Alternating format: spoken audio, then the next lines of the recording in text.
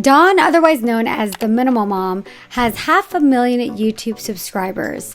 And in this interview, she shares how she's able to juggle it all with 4 kids that are being homeschooled, her YouTube channel, plus her businesses of courses and memberships. Hello, my name is Erika Vieira. I'm a YouTube strategist and coach, having helped thousands of women behind the scenes through this podcast, through my coaching, through my YouTube bootcamp, grow on YouTube. And on this channel, I interview well-known female content creators like Dawn, where we pull back the curtain to reveal what it's really like to be successful on YouTube. So I hope you enjoyed this interview with Dawn. Lots of great insight in it. And let me know in the comments what your biggest takeaway was. Mwah. Well, hello, Dawn. Welcome to the show.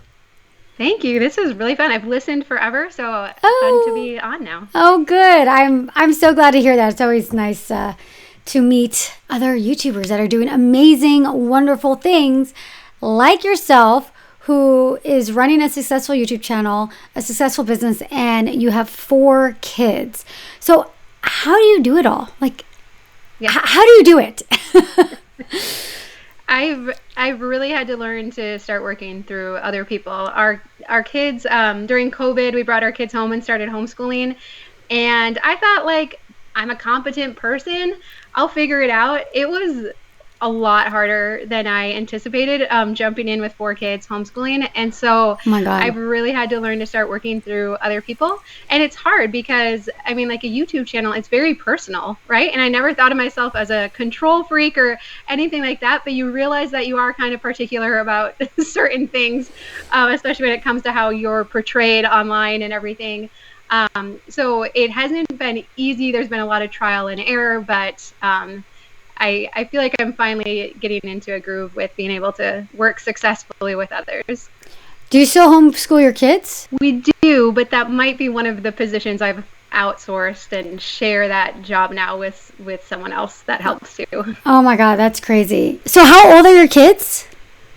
So they are ages 7 through 12. We have 2 boys, and then our older 2 are girls. Oh my God. So it's like you're in the thick of it. Yeah. It's like, oh my God. Okay, so you homeschool your kids, you have your YouTube channel. So tell me, so it sounds like even though you homeschool it, you have some help with that, which is amazing. There's no way you could do all of this without a team. I have a team. And I don't homeschool my little kids. I'm just like, you have to. So what does a week of your life look like? Yeah, good question. So I usually try to record my YouTube videos on Mondays. So Monday is like my video day.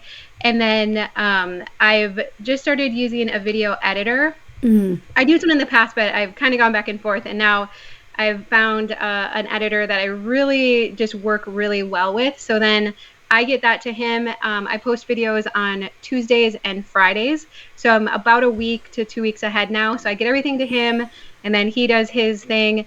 And then the rest of the week is then I try to be doing, I have a membership group and courses. And so then I try to be doing all of the stuff that goes into maintaining and running those. The rest of the week, I try to take Fridays off to do field trips and different things with the kids. Some weeks it works, some weeks it doesn't. Yeah. But in an ideal week, that's kind of what it looks like. Yeah. So you said you have 2 videos a week, right? And so then do you film the 2 that for that week, or is it just so it's week by week, or do you try and batch film a bunch in a day? And do you do the planning for the videos and the filming in the same day? So good questions. So the videos I post on Tuesday are all about minimalism. So those can be batch produced, and I'm usually planning out the week prior to the Monday that I record. I like to kind of let the ideas percolate. I usually have my notebook with me around the house and kind of just let them, float through my head, and then I'll record that Monday. Our Friday videos are more vlog style, lifestyle updates, projects we're doing around the house, camping trips, that kind of stuff. Those are the pain in my side because you can't just batch it. You can't just do it ahead. often it's dependent on the weather or my husband, Tom, doing his part in it and getting the projects done. So those are the videos that totally throw my weeks off. And sometimes they go great and they come together well. And other times I'm editing the video Friday morning to post it that day. How long have you had this kind of schedule where you have the minimalism video and then you have this vlog style video? We've been doing this, it's coming up on a year. Prior to that, I was doing 3 videos a week. We also posted on Sundays. And that was way too much. And I actually heard on one of your podcasts, I think it was, oh goodness, what's her name? From Weedham and Reap. Is it? Oh, Danelle. Danelle, yeah, that's it, Danelle. Yeah. Yeah, so she had said how they were posting, multiple videos a week, and that people had too many choices, and so they weren't watching all the videos, so they cut down to 1 and then 2, I think. And I was like, that is totally what's happening. Like, I will put out this awesome video and then it's not getting views. And so we went from 3 videos a week to 2 videos a week. My views stayed the exact same overall. I put in 2/3 of the work, and I still get the same amount of views. And even, I think most people that post that often, you end up having a throwaway video each week, right? Like, you can't yourself produce 3 high quality videos a week. And so it didn't affect my views at all. And my goal for next year is to actually cut down to 1 video a week. I think my channel's at a place where I can sustain that and still, keep the views and just make it a really, really good video. 1 video, but it's really awesome each week. Yeah. What's going to have to happen for you to be able to go down to 1 video a week? I think, honestly, the biggest thing probably keeping us where we're at right now is that we agreed to 3 sponsorships per month in their annual contract. So they go through the end of the year. And so if I only posted 4 videos a month, 3 of them would be sponsored. And I don't like how that feels. Yeah. So, and I do think I love the lifestyle update videos. Like, I love having Tom in them and our family and showing what minimalism looks like day in and day out for us, and that it doesn't have to be stuffy or stale. And I love them, and I would still want to incorporate those a little bit. And I feel like it's just a really great connection with our audience. They don't do necessarily as well as the straight up minimalism ones, but I still think they have a lot of value. So even that keeps me from just saying I'm just going to go down to 1 video a week. Yeah. But I do just know for the season of life we're in right now and with the kids and everything that, practically, to be able to sustain this and keep going, something has to give. And so that's our plan for next year. And are you going to just only do the minimalism videos, or is it now going to be just like in every other 1 week of vlog, 1 week of minimalist, or have you even thought that far? Yeah, I'm thinking we'll probably alternate or do 3 minimalism and 1, or try to just mix in a little more lifestyle into the weekly video. So maybe come up with some kind of hybrid, because I know, you still want to see the real life stuff, right? Yeah. So.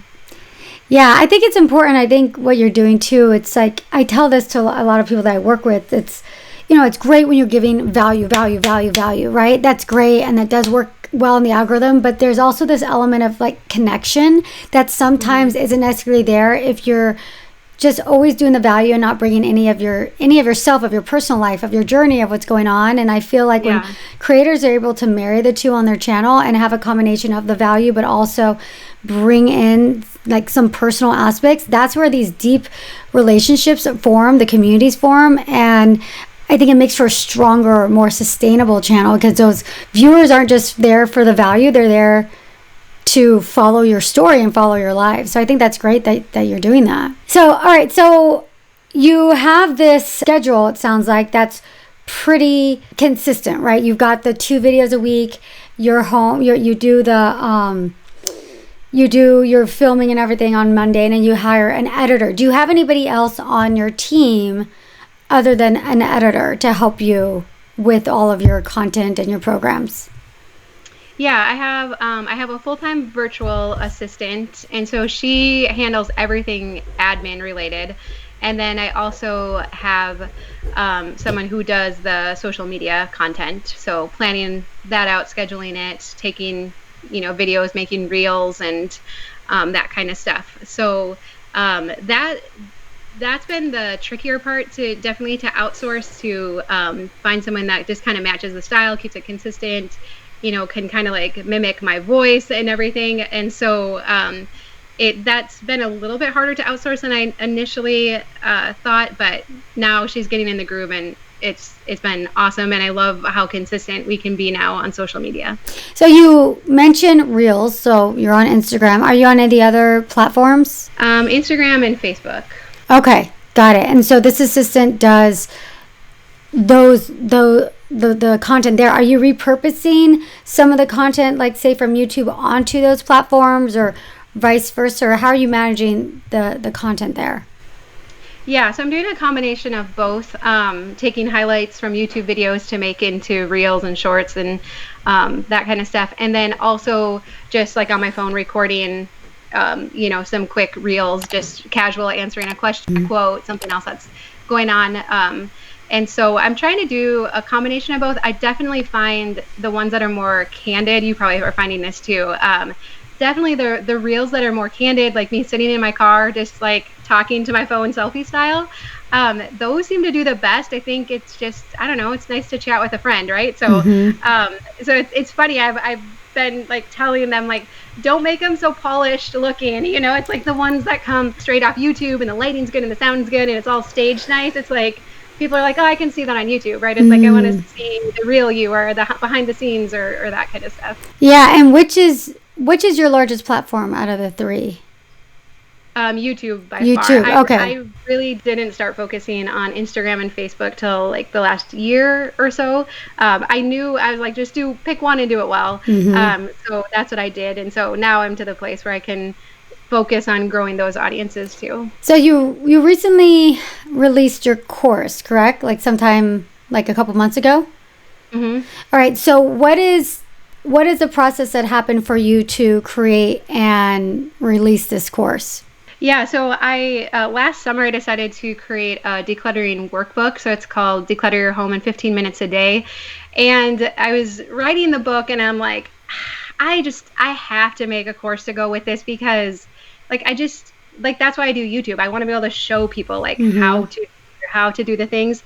And so I decided to make a course then to go along with the workbook, using the workbook kind of as an outline for the course. And so that, after you've been doing YouTube, to create a video course, I mean, that was just very natural. That was like a very natural progression for me. And so I really enjoyed creating it, curating the content in a way that I, was really hopeful would be helpful to people. And then for them to be able to have something where, I mean, don't get me wrong, you could get everything that's in the course, you could find it in a YouTube video somewhere, but it's not organized, right? And so like if you're really serious about decluttering your home, now you have a place where you can go and see everything all together. And so I really enjoyed creating the course and that aspect of it. And it felt really good to be able to curate my content in that way. Now it feels more meaningful. Like, wow, this is, all this work I've done the last 5 years is culminating to this course that people can follow. So I'm really proud of it, and it was really enjoyable to create. Yeah. And so how did you market this? Did you just kind of announce it on your YouTube channel and your socials? Yeah, I mean, pretty much through YouTube. We were worried about the workbook. We actually sold out pretty quickly after we launched it. And there was like paper shortages going on. And so we're like scrambling to order more. And so I didn't even end up promoting it very well. I have still not ran any ads for it. I've just promoted it through YouTube, and we've sold 15,000 workbooks. We have 5,000 people that have signed up for the course. And so, I mean, yeah, YouTube is so powerful, right? I mean, it's been incredible. The traffic we've gotten just from YouTube, and it's awesome. And I'm just so grateful for the audience. I think, video is such a powerful way to share your life. And so I do feel like I've made these connections, like sincere connections. Like I don't think of them as viewers. I think of them as friends, right? I mean, you recognize the names in the comments, and you see them over on Facebook, and they send emails that are so kind and encouraging. And so it's been so fun to see how they have rallied around me and supported me. And there's people that are like, I've already decluttered my house, but I'm buying your book anyways just to support you. And so, I mean, what a privilege and what a cool way to create a community and Mm-hmm. really, get to interact with them. That's amazing. So what inspired you to launch this course back when you did? Is this something you've always wanted to do and you're just kind of waiting for the right time? Or is it something like, oh, you felt was needed in the market? I actually it was requested of me like multiple times, like, please create a course, like other people have created courses, but we want to use like your style and your method. And I kept like rebelling against that because I'm like, it's all on YouTube. Like I want to share it for free. Like you don't have to pay me for it. Like, I'll share it on YouTube. And then I did realize though that there is value to having it curated and organized. Step by step. Really want to go through that process. And so that's why I finally then was like, okay, you want a course? I'll create a course. Yeah. But still, even I think that's why I probably haven't like promoted it a ton, because like, hey, if you can watch my YouTube videos and get your house decluttered, that's awesome. If you need a course, great, go buy it. But otherwise, I don't like. I've been so like blessed through this whole process that I'm like, it's the least I can do. We actually even did through Christmas. It was just the course was set up like pay what you want, because I'm like, I don't want to exclude anyone. I know people have had a crappy last couple of years. You need to have your house decluttered to like keep your sanity. So it was fun to just be able to be in a place where I'm like, I can just even do that, right? Because like I've just been so blessed through this whole platform, and so it was really cool to be able to do that too. That is cool. So it sounds like you don't like really push it too much on your channel. Do you mention every now and then, or is it just like in the description and people just kind of find it? Yeah, it's in the description. We're gonna start. We were just my assistant Jackie and I have been going back through and getting everything, like making sure everything's really ironed out and every description's filled in and everything, and then we're going to start pushing it again this summer. But otherwise, it's just been in the description. I'll mention it occasionally, and we still have like multiple sales a day, which has been really cool. That's amazing. Yeah, and you're right. You said it earlier. Like the power of YouTube is just it's so. When you create an audience like the one that you created, that's both loyal and appreciative, and just this community, it's like, yeah, you have something like that, and people want it. It's like people want more. They're like, I love you, I love your videos, but I want more, and you're giving it to them. That's amazing. Yeah. That's awesome. Okay, so we've got your course, and then as far as your where do you see the future of your business? So you've got this course you just launched. You have the workbook you launched last summer. Your channel's doing well. Like where do you see things, say, in the next year or two? Yeah, there's a couple of other courses I want to create. I've been talking with one other creator about doing like a certification for decluttering. Again, because people are asking for it. They're like, I've decluttered my house. I want to go out and help others. And so I think it'd be awesome to be able to equip other women with these skills to both create a business, but just also be able to help other people. So we're going to work on creating that. I did another course. It's called Take Your House Back with Cass from Clutterbug and Dana from A Slob Comes Clean. And so we've been kind of talking about, what could be a next level with that for more advanced decluttering. And I have to say, that was a blast. I mean, I think YouTube gets kind of lonely. I mean, when you're just constantly at your own house day in and day out creating videos, you start to just feel like I'm just, out here on an island doing this by myself. And so to get to work with two other people, I mostly just didn't want to do something by myself again. I'm like, I just, want other people. But it was amazing to bring in two other people that have the same like passion towards decluttering but different angles and skill sets around it. I really feel like that course is so dynamic because of us coming together. And so I would encourage anyone who is thinking about, a course or some kind of offering like that. Is there anyone else that you could partner with? I mean, obviously then to be able to promote it, you have double the power to promote it too, but it really made it dynamic to be able to collaborate in that way and to share our ideas together. When was this?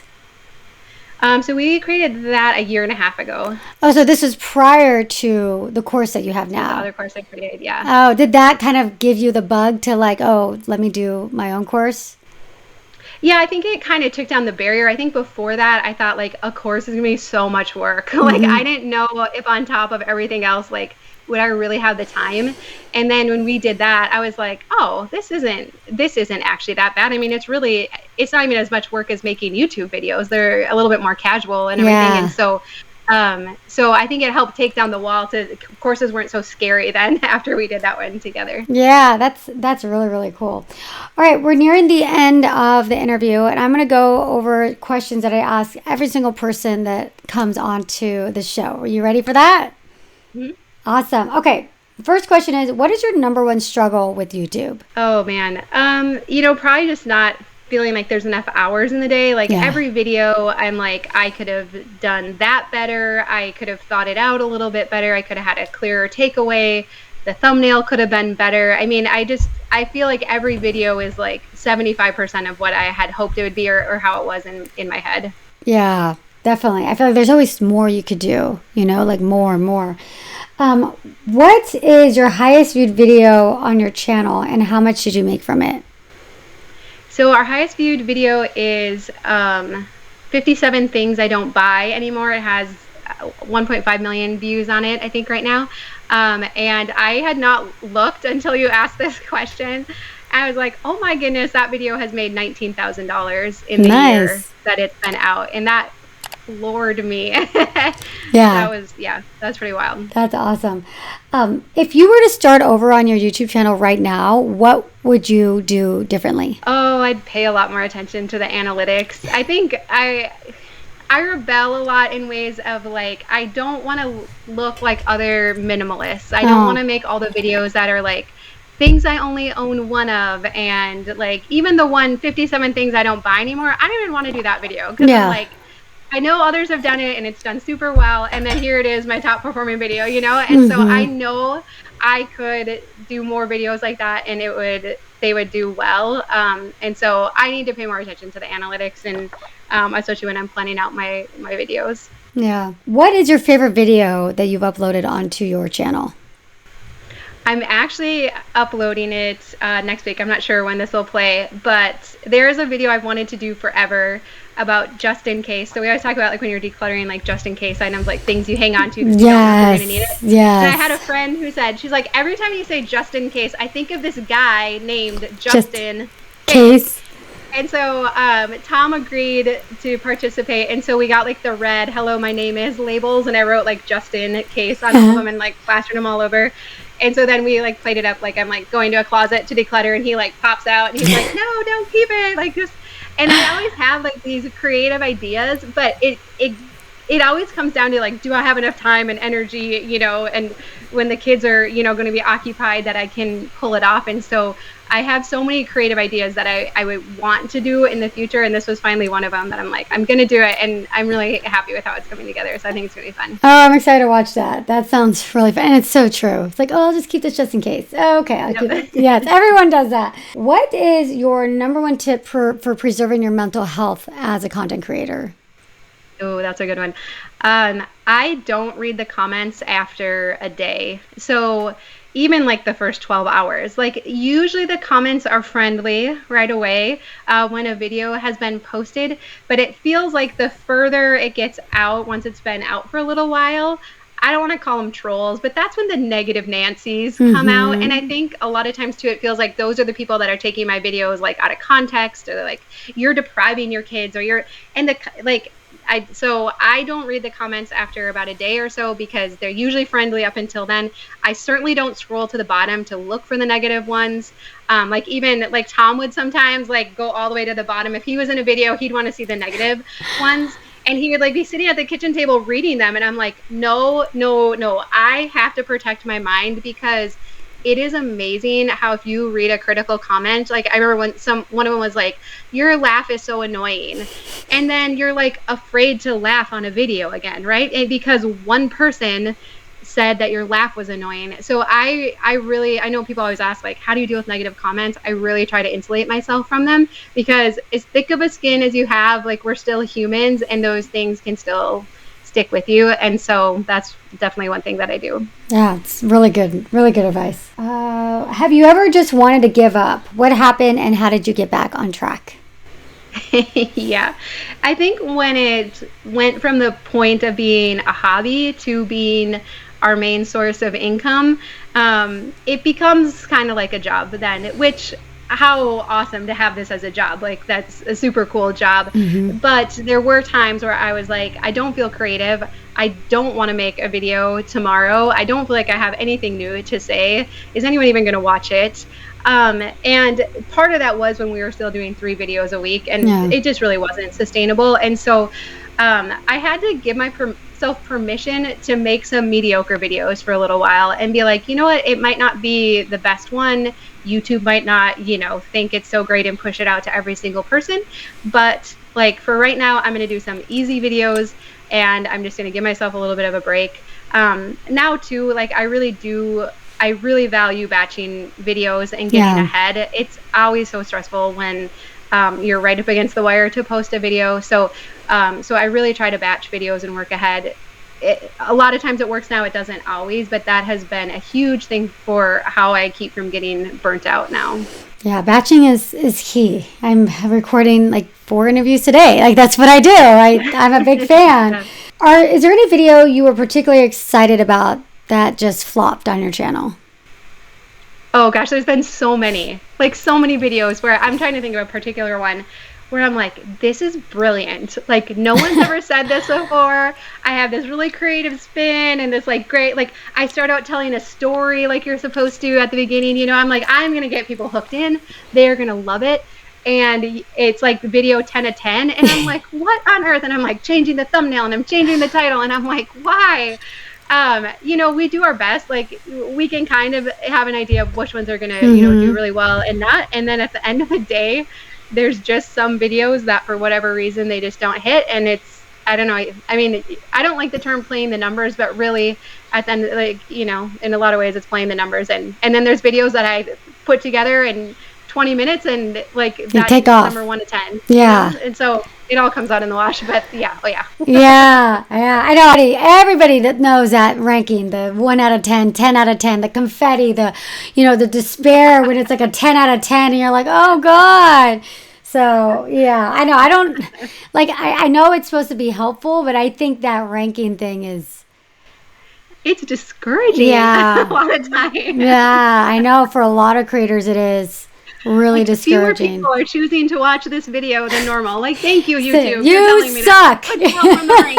Yeah, I know. Like for me, as somebody that loves the numbers and like I'm analyzing so many channels for my clients, I love looking at those numbers and I like seeing the ranking because it gives me a lot of information. But I know for so many of the people, they'll like message me and be like, oh, 10 out of 10, it's a 10 out of 10. Or like, and then the opposite, it's like, oh my God, this is a 1, look at the confetti. Yeah. So it can definitely play with your emotions. And that happens like instantaneous. It's within like 30 minutes of uploading video that boom, you got a ranking, Yes. It's like, okay. What is your biggest opportunity you got as a result of your YouTube channel? Yeah, I've been on the Today Show, which has been cool. Oh, cool. Did they find you through YouTube? I'm sorry? Did they find you through YouTube? They did, through my 57 Things I Don't Buy Anymore video that I didn't want to make. Yeah. Well, there you go. So, yeah. I'm also doing, coming up in a couple weeks, I'm doing some interviews with Rachel Cruz and John Deloney. So I think those will be kind of fun. But otherwise, I feel like I've kind of flown under the radar. We've had one producer come to us about like producing a TV show.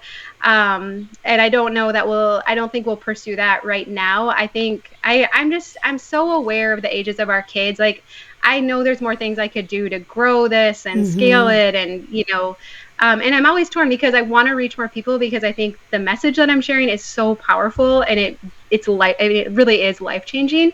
But yet there's times where I'm like, I like my business just the size it is. I don't want to manage more employees. I don't want to be in the public eye and have the criticism that comes along with it. So I could probably pursue more opportunities, but for now, I'm good where I'm at. Yeah, I understand that.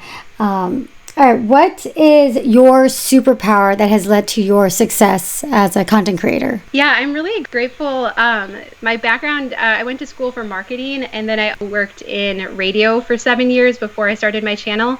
And when I worked in radio, we got to work with a radio consultant. And he was big time. I don't know how our little station hired him. It was like through a friend of a friend. But he shared so many valuable things like talk to one person. Like, don't say you guys, definitely don't start like, hello, welcome back to my YouTube channel, and he would talk about like, don't use those catchphrases, don't use insider language. And so I was really grateful for that perspective of, talk to one person, tell stories. He was big into storytelling, think of a different angle on things. And so I feel like that experience helped me to hit the ground running when I did start my channel then, because all of it applies to YouTube as well. 100%. And finally, what is your number one piece of advice you would tell somebody who is just starting out on YouTube?